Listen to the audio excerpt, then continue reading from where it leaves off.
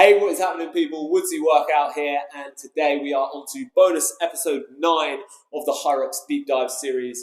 We are talking running, specifically compromise running for Hyrox. I'm going to break down technique, how to train for it, and race strategy. So let's get into it.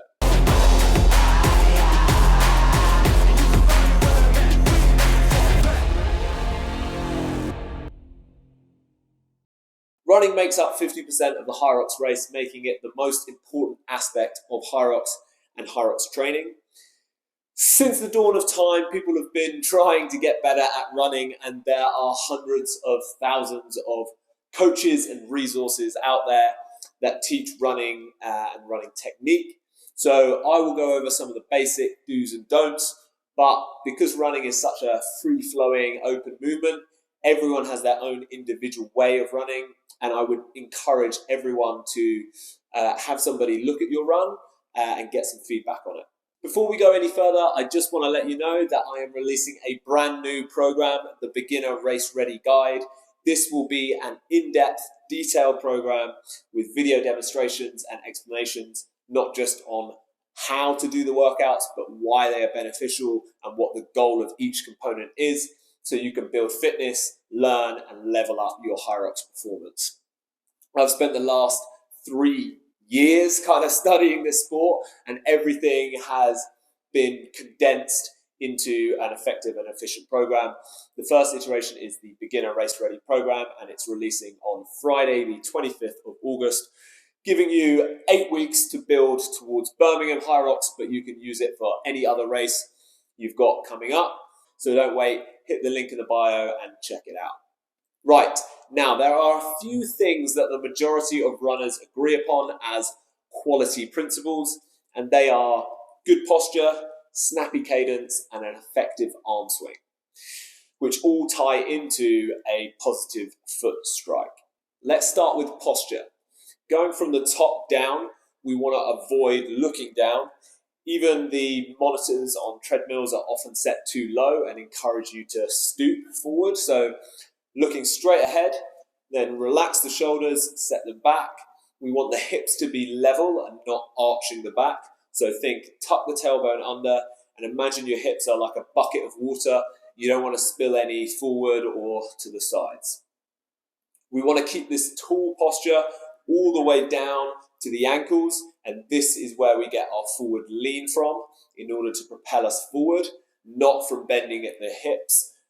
This posture encourages our feet to land underneath the body and not out in front where your foot works as a brake that you have to overcome. A good way to practice this is by standing in front of a wall or a high table, checking your alignment, so neck neutral, shoulders down and back, hips tucked under, core engaged, and then lean forward from the ankles and just push off the wall, and then repeat that a couple of times. The second thing is cadence. Cadence means the frequency of your steps, and it's another highly debated factor. In general, it's recognized that the sweet spot is around 180 steps per minute, which if you haven't practiced before will feel really fast. Now, as I said earlier, we are all individual, and your ideal cadence might not be exactly 180 steps per minute, but there have been findings from studies that show the closer you get to that 180, the less impact your body takes, and the chances of impact injuries is reduced. A way to work on this is by running to a metronome or running to music at 180 beats per minute, trying to land your feet on the beat. At first, it will be challenging and it may feel more taxing, so you can try doing it in smaller intervals, but eventually increasing your cadence will result in more economic running. The third thing we'll look at is arm swing, and the main thing with arm swing is that we're going forward and back and not side to side. It's okay for the arm to naturally swing in a little, but it shouldn't be crossing the midline of your body, and the elbow shouldn't be flaring out too wide. Imagine you're tracing a line from your sternum along your lower rib. Keep your hands closed, but relaxed. Imagine you're holding a crisp. You don't want to crush it. You don't want to drop it. Instead of thinking pump your arms forward, think draw your elbows back like you're hitting something behind you, and then let the arms naturally swing forward. How far your arm swing depends on how fast you're going. Sprinting is in front of the face, middle distance tends to be in the peripherals, and then long steady should be just out of sight if you're looking straight ahead. Practicing all three of these things should encourage good landing mechanics with the foot underneath you and the forefoot or midfoot making initial contact and avoiding the dreaded heel strike, which slows you down. Of course, all these things are easier said than done, and I hope this video doesn't overwhelm new runners. The idea is to give you something to focus on when you are running. Pick one or two of those things that you think you could improve upon, and then focus on them for the next few runs until it feels more natural, and then look on to the next thing. I am still very much working on my running and my running form, and there are days where I feel like I've really got into it and my flow is going well, and then there are days where I feel myself sliding back into bad habits. So just keep persevering and keep checking in with yourself or a coach. So that's technique. Now let's talk training. When it comes to Hyrox, it's all about compromise running. You can have the prettiest run in the world, but if it all goes out the window by the time you get to the sled, then you've lost your best asset. So in training, you need to practice coming off of the stations and running into the stations. And each station has a different effect on the body. For example, the burpees are predominantly cardiovascular, so they jack the heart rate up, they jack your breathing rate up, and they really gas you out. So you need to practice running with a high heart rate or bringing it down whilst you run.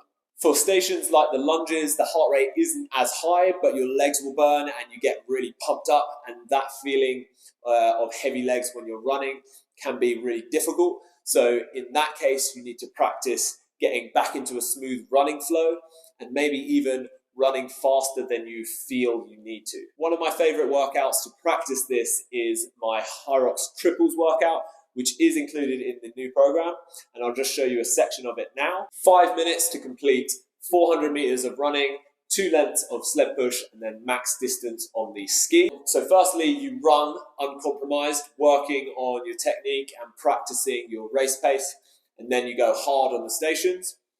Then in your next workout, or after some rest, you do the same workout in reverse, and you use the score that you got, in this case the ski erg, the ski distance, 2 lengths of sled push, and then try to complete the 400 meters all within the 5 minutes. And then you have a direct comparison of how fresh running feels like and how compromised running feels. And it also gives you a goal to hit. As well as compromised running in workouts, you should include some quality runs where you do intervals of shorter distances at faster pace with rest, and then longer runs at a slower pace where you work on building your aerobic capacity and resistance to impact.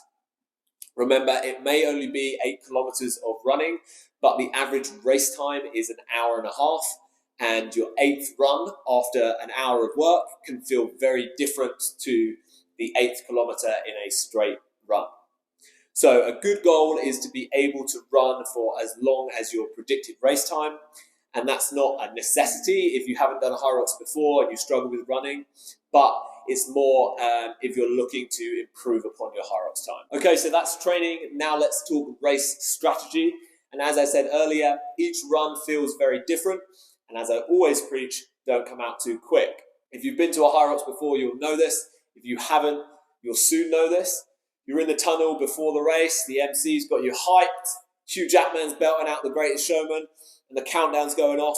Everyone legs it. Let them go. Just get into a nice flow with your running. Take advantage of your fresh legs, but don't push yourself too hard cardiovascularly. After the ski, you'll probably still be pretty fresh, and it's not a super impactful station, so you're running, just use it to get into a consistent rhythm. The first run starts in a different point, so the second run is the first time that you can test the full run course and familiarize yourself with the in and out. After the sleds is where things get serious, So try and get the legs moving, get back into a good cadence as quick as possible, even if you're at a little bit of a slower pace. Turning the feet over will clear the legs and get you back into a normal flow. The burpees, as we said, jack the heart rate up, so you may want to ease your pace before and after. I try to hold my pace after the burpees, even if I'm suffering a little bit, and then I know I can bring it back down on the row. But if the row is a challenging station for you as well, then yeah, back off the pace a little bit. After the row, you're into the second half of the race, and by this time you should have found a pace that is sustainable. So it's all about trying to stick to that pace and not fade as the race goes on, which is easier said than done. For your final run, you want to kick a little bit, but remember the wall balls are still one of the longer stations, so depending on how confident you are on those, adjust your pace accordingly. And lastly, the 10 to 20 meters between the wall balls and the finish line is not to be underestimated, especially if your goal is placement. Sprint across that line, because these races are getting tight and every second counts, as Ryan Kent will let you know. How many of these guys come in under an hour? And there's Ryan Kent! Okay, and that's it. That concludes my Hyrox Deep Dive series. If you have enjoyed this series, please like, share, and comment, and be sure to check out the Race Ready program on my website to get you prepped for your next race. If you want to get in touch with me for anything, reach out to me on Instagram at Woodsy Workout, where you can find plenty more tips and tricks on all things health and fitness. Thanks for watching. Peace.